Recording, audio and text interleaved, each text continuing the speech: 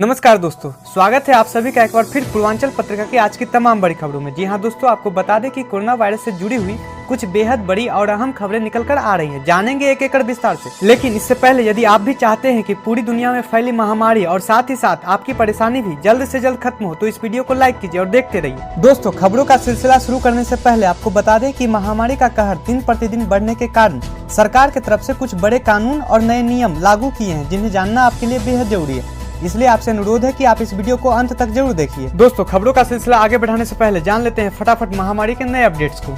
अभी तक भारत में संक्रमित मरीजों की संख्या 56,342 पहुंच गई है, जबकि 16,540 मरीज ठीक हुए हैं। तो वहीं दुख की बात यह है कि अब तक 1886 लोगों ने दम तोड़ दिया है।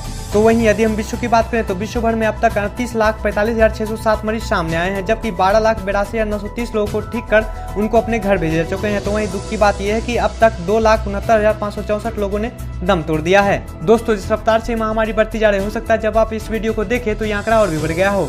इसी के साथ बढ़ते हैं पहली बड़ी खबर की तरफ। पहली बड़ी खबर जो निकलकर सामने आ रही है, रोटी प्याज 35 किलोमीटर पैदल सफर, मौत की झपकी लेकर ट्रेन की पटरी पर बिछ गई 16 मजदूरों की लाशें। जी हां दोस्तों, आपको बता दें कि कोरोना लॉकडाउन में महाराष्ट्र के औरंगाबाद में फंसे प्रवासी मजदूरों को कहां पता था कि जब वो पैदल अपने घरों के लिए निकलेंगे तो यह उनकी जिंदगी की अंतिम यात्रा होगी, जहां वो अपने परिवार से भी नहीं मिल पाएंगे। दरअसल औरंगाबाद में शुक्रवार को एक मालगाड़ी ट्रेन ने पटरी पर सो रहे प्रवासी मजदूरों को रौंद डाला, जिसमें 16 श्रमिकों की मौत हो गई, जबकि 5 घायल हो गए। घायल मजदूरों को औरंगाबाद अस्पताल में भर्ती कराया गया है, जहां उनका इलाज हो रहा है। तो वहीं मृतक मजदूर मध्य प्रदेश के बताए जा रहे हैं। दरअसल 35 किलोमीटर चलने के बाद ये सभी मजदूर पटरी पर ही आराम करने लगे। तो वहीं सुबह करीब 5:15 बजे के वक्त ये सभी गहरी नींद में सो रहे थे, तभी ट्रेन आती है और इन्हें रौंद डालती है। सुबह के वक्त गहरी नींद में होने की वजह से किसी को भी संभलने का मौका नहीं मिला और घर वापस लौटने की उम्मीद उनकी वहीं टूट गई। तो वहीं इस दर्दनाक हादसे पर प्रधानमंत्री नरेंद्र मोदी ने दुख जताते हुए कहा कि महाराष्ट्र के औरंगाबाद में ट्रेन हादसे में लोगों की जान जाने से काफी दुखी हूँ। मैंने रेल मंत्री श्री पीयूष गोयल से बात की और वह पूरी घटना पर नजर बनाए हुए हैं। आवश्यक हर संभव सहायता प्रदान की जा रही है। तो वहीं रेल मंत्री पीयूष गोयल ने हादसे पर दुख जताते हुए ट्वीट किया और ट्वीट करते हुए कहा कि आज सुबह 5:22 पर नांदेड़ डिवीजन के बदनापुर व करमाड स्टेशन के बीच सोए हुए श्रमिकों की मालगाड़ी के नीचे आने का दुखद समाचार मिला।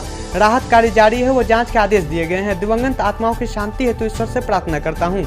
तो वहीं महाराष्ट्र सरकार ने मृतकों को 5-5 लाख रुपए की मदद देने की घोषणा की है। बढ़ते हैं अगली बड़ी खबर की तरफ। अगली बड़ी खबर जो निकलकर सामने आ रही है, बस और ट्रेन सेवा जल्द होंगे शुरू। जानिए क्या कहा परिवहन मंत्री ने। जी हां, आपको बता दें कि लॉकडाउन में कुछ और राहत भरी खबर मिल सकती है। सरकार ट्रेन बस की सर्विस शुरू कर सकती है। जी हां, तो केंद्रीय सड़क परिवहन और राजमार्ग मंत्री नितिन गडकरी ने संकेत दिया है कि देश में सार्वजनिक परिवहन सेवाएं जल्द शुरू होगी। बता दें कि कोरोना वायरस की वजह से लागू लॉकडाउन के कारण सार्वजनिक परिवहन सेवाएं बंद है। तो वहीं गडकरी ने कहा कि सरकार पब्लिक ट्रांसपोर्ट के सुरक्षित इस्तेमाल को लेकर गाइडलाइन बना रही है। इसमें सामाजिक दूरी यानी सोशल डिस्टेंसिंग आदि पर जोर दिया जाएगा। उन्होंने कहा कि परिवहन सेवाएं और हाईवे खुलने से जनता का भरोसा कायम करने में मदद मिलेगी। हम जल्द ही इस दिशा में कार्य कर रहे हैं। तो वहीं भारतीय अर्थव्यवस्था पर चिंता जताते हुए गडकरी ने कहा कि सरकार को पब्लिक ट्रांसपोर्ट इंडस्ट्री की समस्याओं को पूरी जानकारी है। सरकार उनके मुद्दों को हल करने के लिए पूरा समर्थन देगी। मैं खुद लगातार प्रधानमंत्री नरेंद्र मोदी और वित्त मंत्री निर्मला सीतारमण के संपर्क में है। दोनों कोविड-19 के कठिन समय में अर्थव्यवस्था को संकट से उबारने के लिए दिन रात काम कर रहे हैं। बढ़ते हैं अगली बड़ी खबर की तरफ। अगली बड़ी खबर जो निकलकर सामने आ रही है, वित्त वर्ष 2020-21 में शून्य रह सकती है भारत की जीडीपी वृद्धि दर। जी हां दोस्तों, आपको बता दें कि credit rating agency Moody's investors service ने शुक्रवार को कहा कि वित्त वर्ष 2020-21 में भारत की आर्थिक वृद्धि दर शून्य रह सकती है। एजेंसी ने इस दौरान देश में व्यापक राजकोषीय घाटा, ऊंचे सरकारी ऋण, कमजोर सामाजिक और भौतिक बुनियादी ढांचे और नाजुक वित्तीय क्षेत्र की आशंका व्यक्त की है। मूडीज ने कहा कि हाल के वर्षों में भारत की आर्थिक वृद्धि की गुणवत्ता में गिरावट आई है। इसका पता ग्रामीण परिवारों में खराब वित्तीय स्थिति, अपेक्षाकृत कम उत्पादकता और कमजोर रोजगार सृजन से चलता है। जी हां दोस्तों, आपको बता दें कि मूडीज ने इससे पहले पिछले महीने के अंत में कैलेंडर वर्ष 2020 में जीडीपी वृद्धि दर का अनुमान घटाकर 0.2% कर दिया था। तो वहीं सरकार ने मार्च में 1,70,000 करोड़ रुपए की राहत पैकेज की घोषणा की थी। अनुमान लगाया जा रहा है कि सरकार एक और राहत पैकेज की घोषणा कर सकती है, जिसके बाद एजेंसी ने इस बारे में कहा कि इन उपायों से भारत की आर्थिक नरमी के असर और अवधि को कम करने में मदद मिल सकती है। हालांकि ग्रामीण परिवारों में लंबे समय तक वित्तीय बदहाली, रोजगार सृजन में नरमी तथा वित्तीय संस्थाओं, गैर बैंकिंग वित्तीय संस्थानों के समक्ष ऋण संकट की स्थिति उत्पन्न हो सकती है।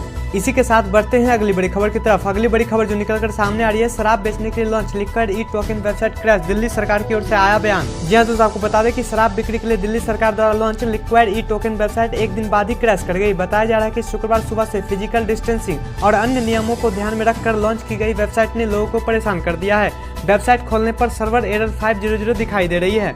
यहाँ पर बता दें कि शराब की दुकानों पर भारी भीड़ के मद्देनजर दिल्ली सरकार ने सोशल डिस्टेंसिंग बनाए रखने के मकसद से शराब की बिक्री के लिए ई टोकन प्रणाली शुरू की और इसके लिए वेबसाइट भी लॉन्च की गई थी। बढ़ते हैं अगली बड़ी खबर की तरफ। अगली बड़ी खबर जो निकलकर सामने आ रही है, राजस्थान में रेगिस्तानी लोमड़ियों में फैला संक्रामक त्वचा रोग। जी हाँ दोस्तों, आपको बता दें कि राजस्थान के डेजर्ट नेशनल पार्क में काम करने वाले पर्यावरणविदों ने लोमड़ियों में मेंज संक्रामक त्वचा रोग फैलने को लेकर चेतावनी जारी की है। गुरुवार को जैसलमेर के फतेहगढ़ में उन्होंने 6 ऐसे जानवर देखे जो इस संक्रमण रोग से ग्रस्त हैं। इससे पहले भारतीय वन्यजीव संस्थान के शोधकर्ताओं ने शुदाश्री ए बाड़े में एक लोमड़ी में मेंज अर्थात जानवरों में खुजली रोग के हल्के लक्षण देखे थे, तो वहीं 3 और लोमड़ी इस तरह के लक्षणों के साथ अभ्यारण्य के बाहर पोखरण फील्ड फायरिंग रेंज के आसपास दिखे हैं। बढ़ते हैं अगली बड़ी खबर की तरफ। अगली बड़ी खबर जो निकलकर सामने आ रही है, 80 किलोमीटर लंबा धारचूला लिपू लेक मार्ग खुला, कैलाश मानसरोवर यात्रा होगी आसान। जी हाँ दोस्तों, आपको बता दें कि कैलाश मानसरोवर यात्रा श्रद्धालुओं के लिए पहले के मुकाबले काफी सुगम होने जा रही है, क्योंकि सीमा सड़क संगठन अर्थात बीआरओ ने उत्तराखंड में धारचूला लिपू लेक मार्ग का निर्माण किया है, जिससे यात्रा में समय भी कम लगेगा, क्योंकि लोगों को कठिन रास्ते पर सफर नहीं करना पड़ेगा। जी हाँ दोस्तों, आपको बता दें कि बीआरओ ने 80 किलोमीटर की सड़क से धारचूला को लिपू लेक से जोड़ा है। यह विस्तार 6000 से लेकर 17060 फीट की ऊंचाई पर है। नई सड़क पित्तौरागढ़ तावाघाट घाटियाबाट मार्ग का विस्तार है। इसी के साथ बढ़ते हैं अगली बड़ी खबर की तरफ। अगली बड़ी खबर जो निकलकर सामने आ रही है, पंजाब पुलिस ने खुद पर हमले होने की आशंका में चलाई गोली, कबड्डी खिलाड़ी की हुई मौत। जी हाँ दोस्तों, आपको बता दें कि पंजाब के कपूरथला जिले में पुलिस ने कर्फ्यू के दौरान वाहन से जा रहे 24 वर्षीय अंतर्राष्ट्रीय कबड्डी खिलाड़ी और उसके दोस्त को खुद पर हमला होने की आशंका में गोली मार दी, जिससे कबड्डी खिलाड़ी की घटनास्थल पर ही मौत हो गई, जबकि उसका दोस्त गंभीर रूप से घायल हो गया है। पुलिस के मुताबिक घटना बृहस्पतिवार रात लखन के पांडा गांव की। उन्होंने बताया कि सहायक उप निरीक्षक एएसआई परमजीत सिंह ने अरविंदरजीत सिंह की गोली मारकर हत्या कर दी, जबकि उसका दोस्त प्रदीप सिंह गंभीर रूप से घायल है। यदि आपको ये वीडियो पसंद आया हो तो वीडियो को लाइक, कमेंट और शेयर जरूर करें। अगर आप मेरे चैनल पर पहली बार आए हैं तो चैनल को सब्सक्राइब कर बेल आइकन दबाना ना भूलें।